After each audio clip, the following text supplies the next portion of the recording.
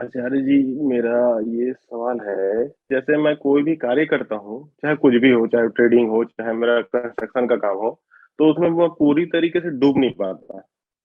अब एक मन में एक धारणा बना हुआ है कि जो पुराने गुरु हैं उनके द्वारा कि अगर आप किसी चीज में डूब जाओगे तो आप साक्षित्व का जो भाव होता है, जैसे आप कोई काम कर रहे हो तो आप कुछ दूर से आप उसको देखो, अपने मन को ही आप देखते रहो, तो एक मन का ही एक हिस्सा उस काम को देखते रहता है। ये धारणा मेरे मन में है। और आचार्य जी, जैसे हम किसी कार्य को और कर रहे हैं, जैसे मान लो इस संस्था के लिए मैं अगर कुछ करना चाहता हूँ, जो सही कार्य है, या फिर आप जो बोलते हैं जैसा काम करना चाहिए उसके लिए भी करता हूँ, तो भी उसमें मैं लिप्त नहीं हो पाता। मतलब एक दूरी रहती है उस काम से मेरे को। तो ये क्या ये सही है, ये ऐसा काम करना कि मैं उसमें डूब जाऊं? अगर कोई काम कर रहा हूँ तो मैं पूरी तरीके से डूब जाऊं, कि उससे एक अलग अपने आप को, अपने मन को एक हिस्सा अलग रखूं, एक हिस्से को अपने झोंक दूं, ऐसा कुछ करूं? अश्विन, जी। जी। अश्विन, ये धारणा ही गलत है। ये सैद्धांतिक तौर पर ही बात गलत है कि साक्षित्व का मतलब होता है किसी चीज़ में डूबना नहीं और जो कुछ हो रहा है उससे निर्लिप्त रहना इत्यादि इत्यादि। ये बात गलत है और अनुपयोगी है, बल्कि हानिप्रद है। साक्षित्व का अर्थ एकदम साफ साफ समझें सभी लोग। इस विषय में कोई भ्रम शेष नहीं रहना चाहिए। हम कौन हैं? अतिरिक्त चेतना। अतृप्त चेतना है हम। इतना आपने पढ़ लिया है, सुन लिया है। अगर हम अतृप्त चेतना हैं तो हमारे लिए सही क्या है, सम्यक क्या है? हमारे लिए सही है उस कर्म में डूबना ही, पूरी तरह लिप्त हो जाना ही, जो हमारी अतृप्ति के भाव को शांत कर देगा, जो उसको ही हटा देगा जो अपने आप को अतृप्त समझे बैठा है। सही काम में डूबने का कोई विकल्प नहीं है। जब आप सही काम में डूबते हैं तो एक विशेष घटना घटती है। वो ये कि आप बाकी सब दुनियादारी से अन्यमनस्क हो जाते हैं, उदासीन, इंडिफरेंट हो जाते हैं, क्योंकि आपको मिल गया है कुछ ऐसा जो आपकी तड़प को शांत किए देता है। आपको मिल गया है कुछ ऐसा जिसमें जब आप डूबे होते हैं तो आपको समय का पता नहीं लगता, काल की गति ठहर जाती है।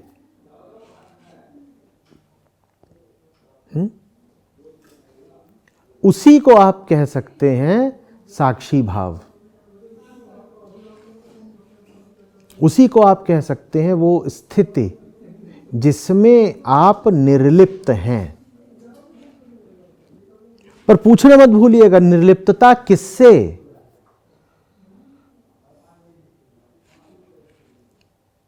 रोगी को दवाई से निर्लिप्तता नहीं चाहिए भाई। रोगी को उन सब चीजों से निर्लिप्तता चाहिए जिससे परहेज करना है। ठीक? हम कौन हैं? रोगी चेतना। रुग्ण चित्त का नाम ही मनुष्य है। ठीक? रोगी चेतना है हम। रोगी कहे मुझे तो साक्षी रहना है दवाई से भी, अगर मैं दवाई पीऊंगा तो ये गलत कर दूंगा। निर्लिप्तता, अनासक्ति चाहिए उन सब के प्रति जिन्होंने आपको रोगी बनाया और जो आपके रोग को बढ़ाने में सहायक होते हैं। उन सब के प्रति निर्लिप्त रहना है ना।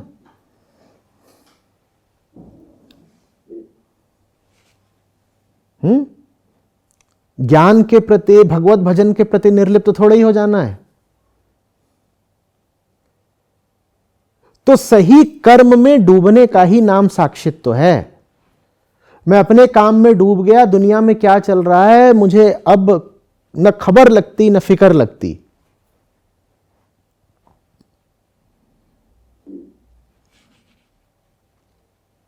आप रोगी हैं, अपना रोग लिए लिए बैठे हैं और उम्मीद करें कि आप साक्षी भाव इत्यादि पा लेंगे, तो ये नहीं होने का।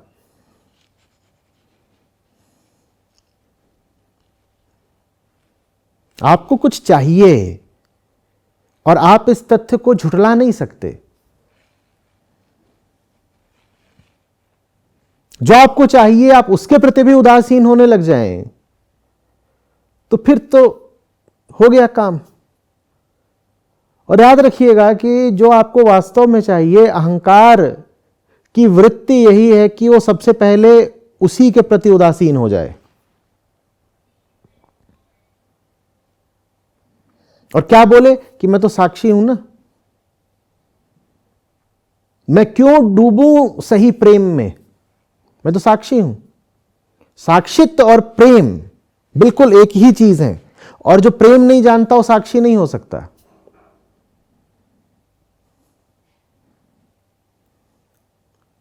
साक्षित्व तो कुछ ऐसी सी चीज नहीं है कि नीचे दुनिया का गोरख धंधा चल रहा है और आप कल्पना कर रहे हैं कि आप उड़ करके बुर्ज खलीफा की छत पर बैठ गए हैं और वहां से दुनिया को देख रहे हैं और कह रहे हैं अरे ये सब क्या है, ये बच्चों का खेल तमाशा है, हम इसमें नहीं पड़ते, हम तो साक्षी हैं। और हमें बहुत सारे गुरुओं वगैरह ने साक्षित्व की कुछ ऐसी ही छवि थमा दी है। कहते हैं जो कुछ भी हो रहा है बस तुम निर्लेप रहो, अंतर ही मत पड़ने दो क्या चल रहा है, जो हो रहा है बस होता रहे। आ रहे हैं विचार, आ रहे हैं जा रहे हैं, उमड़ घुमड़ रहे हैं, हवा के झोंके बह रहे हैं, तुम्हें कोई अंतर नहीं पड़ना चाहिए। ये बड़ी व्यर्थ सीख है,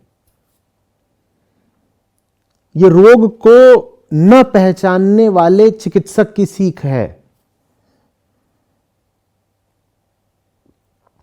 लेकिन ये सीख बहुत लोगों को बहुत भाती है।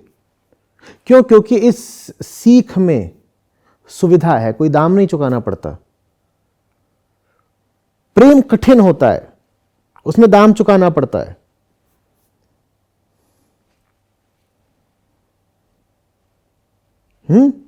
सर काटे भुई धरे फिर बैठे घर माही, ये तो घर है प्रेम का खाला का घर नाही। कौन सर काटे भुई धरे, कौन प्रेम के खतरे उठाए? इससे अच्छा एक सूखा रिक्त जीवन जीते चलो और कह दो हम तो साक्षित्व का अभ्यास कर रहे हैं।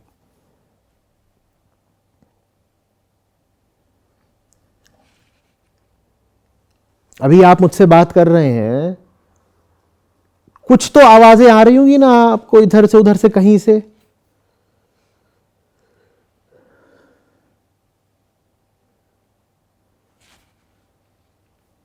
पर यदि आप बातचीत में वास्तव में डूबे हुए हैं तो वो आवाजें आपके लिए अस्तित्व में ही नहीं है।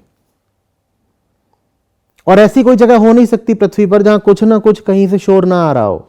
आप जहां बैठे हैं वहां भी कुछ आवाजें तो आ रही होंगी ना।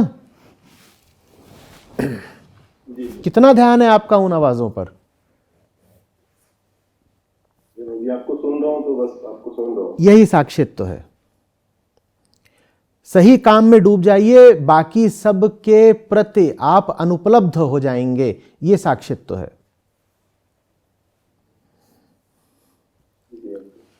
समझ रहे बात को? और अगर आप सही काम में नहीं डूबे हैं तो दुनिया के हर विक्षेप को आप उपलब्ध रहेंगे। जिस आदमी के पास जीने के लिए समुचित उद्देश्य नहीं, वो किसी भी दिशा में बहक जाता है। और जिसके पास करने के लिए सही काम है, जीने के लिए सही मकसद है, आप उस आदमी को डिगा कर दिखा दीजिए,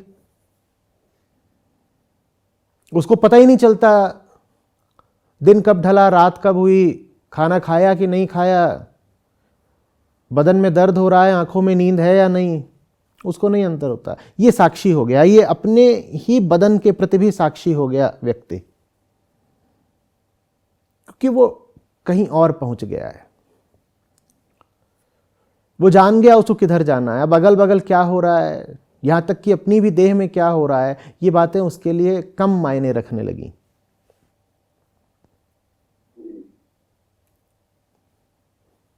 साक्षित तो तब नहीं है जब जो कुछ हो रहा हो तुम उसको बस दृष्टा की भांति, निर्लिप्त दृष्टा की भांति देखते रहो, ये नहीं है साक्षित्व। साक्षित्व तब है जब जो कुछ हो रहा है उसका तुम्हें पता भी ना लगे कि हो रहा है, क्योंकि अगर तुम्हें पता लग गया कि क्या हो रहा है तो फिर तो प्रतिभागी हो गए, लिप्तता हो ही गई।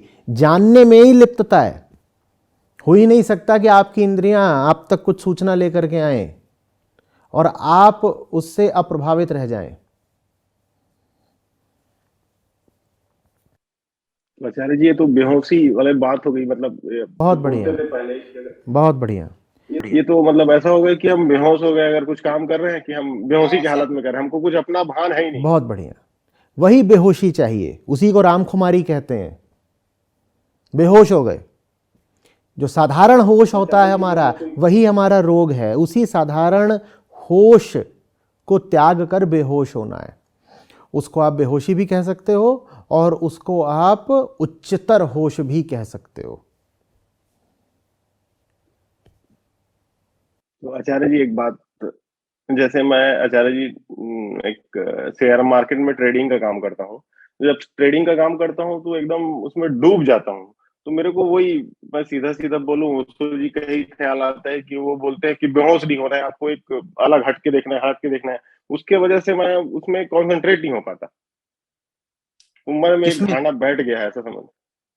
अच्छा, कह रहे हैं कि उसमें नहीं डूब पाते हैं क्योंकि धारणा ये बन रही है कि जो साक्षी होता है वो कभी डूबता नहीं।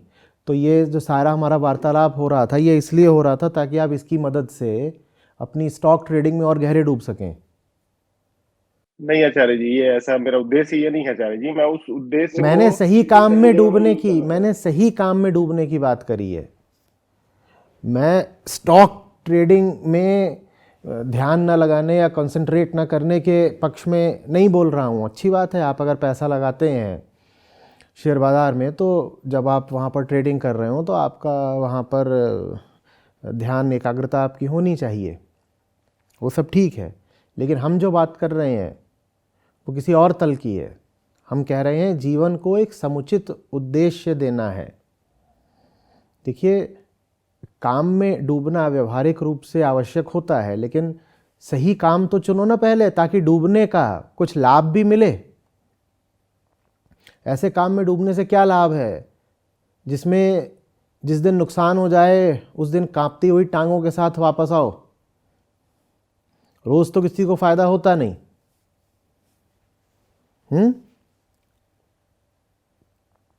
अभी कल ही सुबह शायद यहाँ सड़क पर जा रहा था, एक सज्जन मिले, उन्होंने पकड़ लिया मुझे। उन्हें न जाने कैसे लग गया कि मैं ट्रेडिंग एक्सपर्ट हूँ, तो वो पूछने लग गए, बोलते हैं स्टॉप लॉस लगा देता हूँ लेकिन डीप लगा देता हूँ तो ऐसा हो जाता है, इंट्राडे करने लग गया हूँ आजकल। खैर, इसका मुझे जो भी ज्ञान था, अनुभव था, उनको मैंने बताया। आप पिछले 15 साल से तो ये करा नहीं है, लेकिन फिर भी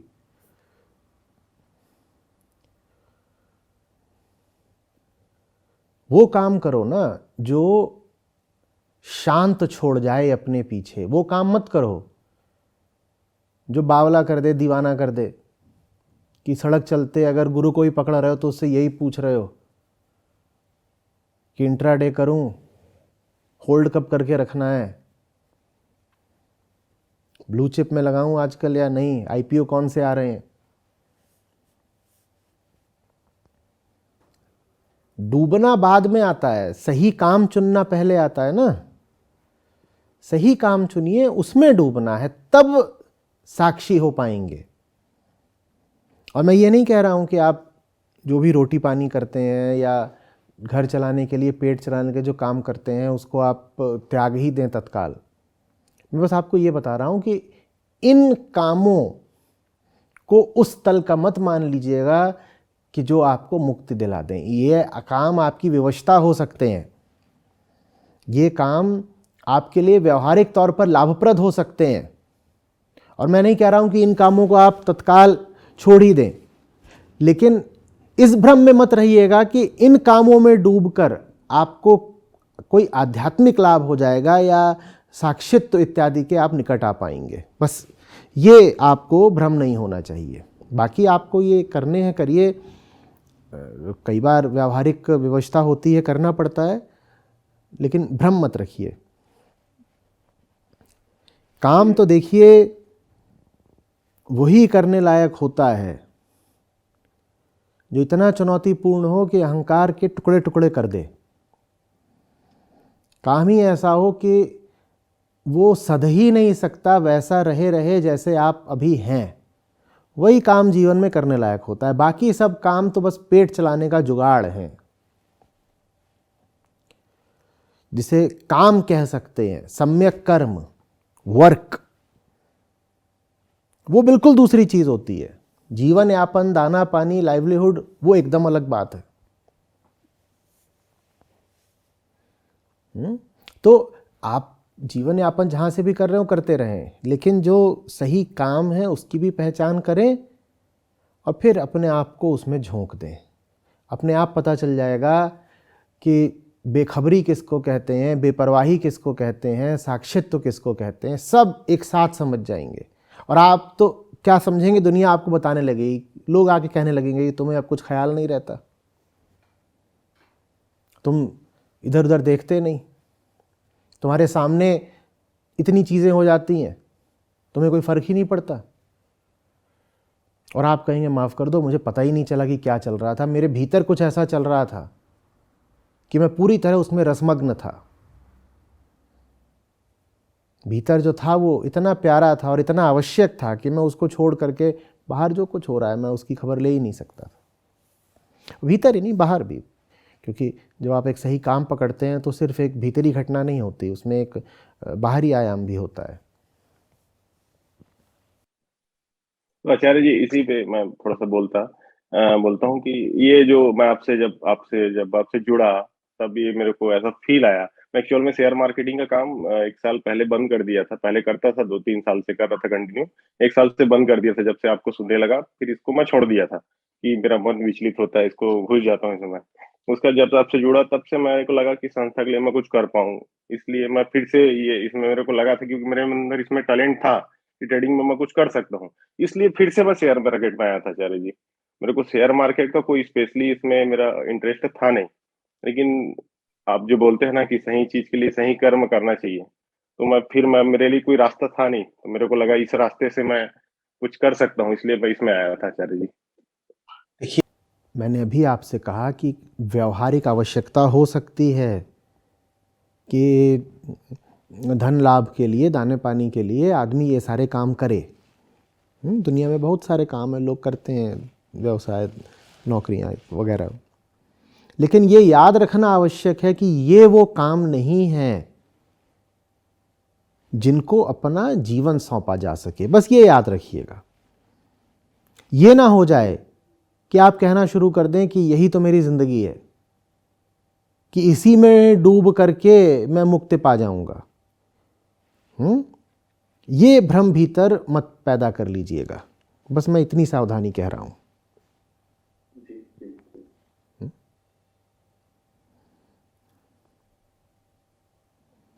जी।